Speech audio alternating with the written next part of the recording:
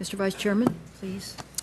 Thanks very much, Madam Chair. Mr. Brennan, the 9/11 Commission report describes a canceled 1998 CIA operation to capture Osama bin Laden using tribal groups in Afghanistan. The former head of CIA's bin Laden unit told staff that you convinced Director Tennant to cancel that operation. He says that following a meeting you had in Riyadh with Director Tennant, the bin Laden unit chief, and others, that you cabled National Security Advisor Sandy Berger, saying the operation should be canceled in favor of a different approach described by the 9/11 Commission as a, quote, an all-out secret effort to persuade the Taliban to expel bin Laden. Now, as we know, bin Laden was not expelled.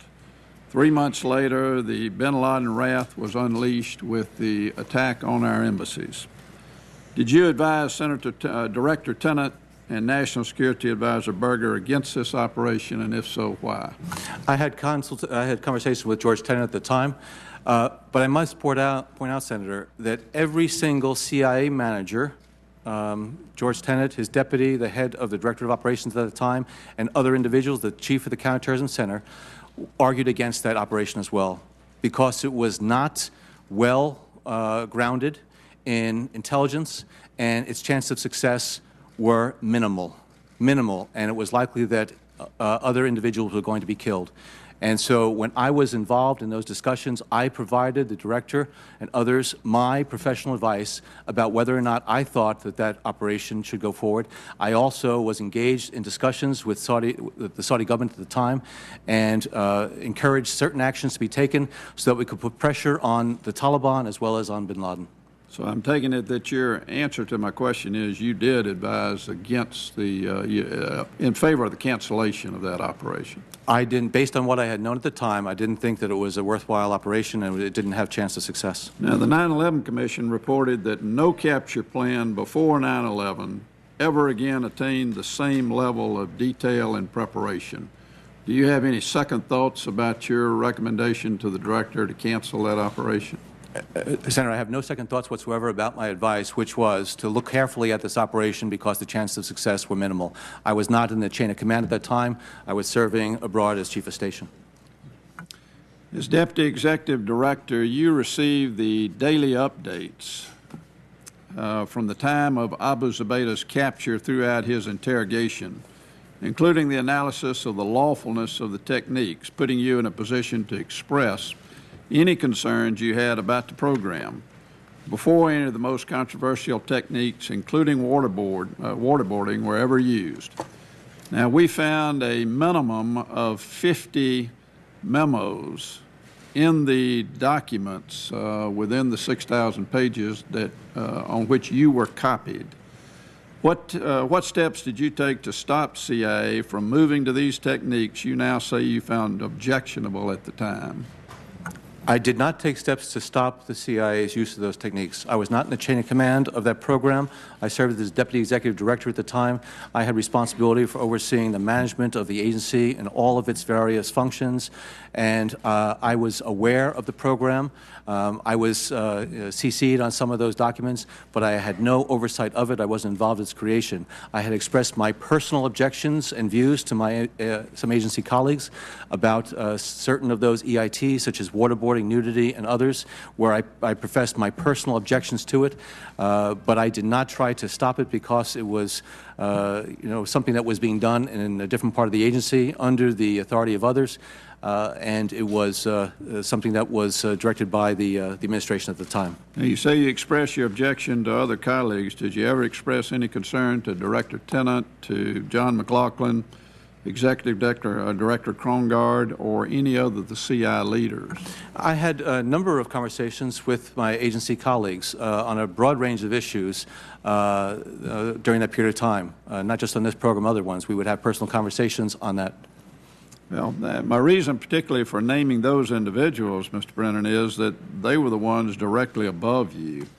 Mr. McLaughlin's been quoted in the press as saying he never heard from you. He doesn't doubt that you did this, but he says he never heard from you. We just have not seen anybody who has come forward and said they ever heard any objections from you with respect to these programs. Moving on, Mr. Krongard, your boss at CIA told the Wall Street Journal that you had a role in setting the parameters of the program, and I quote, helping to seek Justice Department approval for the techniques. He went on to say that John would have been part and parcel of that process.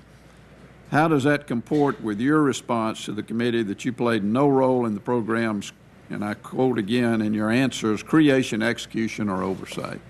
I respectfully disagree with my former colleague, Buzzy Krongard. I was not involved in establishing the parameters of that program. I think in that same Wall Street Journal article, he goes on to say, in fact, that I was not, in fact, involved in a lot of elements of that program. But I was not involved in the establishment of the program. Again, I had awareness that the agency was being asked to do this. I had awareness that the agency was going forward on it.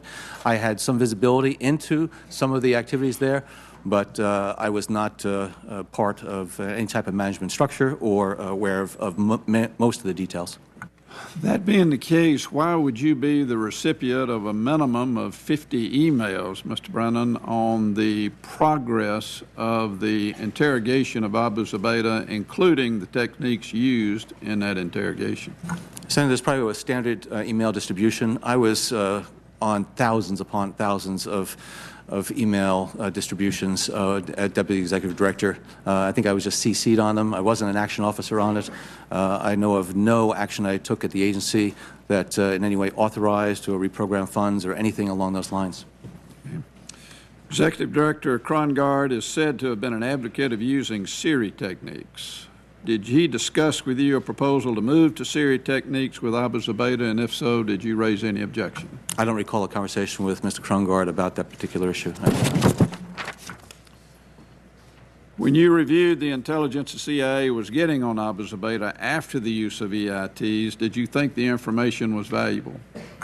The reports that I was getting subsequent to that, and in the years after that, it was clearly my impression that there was valuable information that was coming out.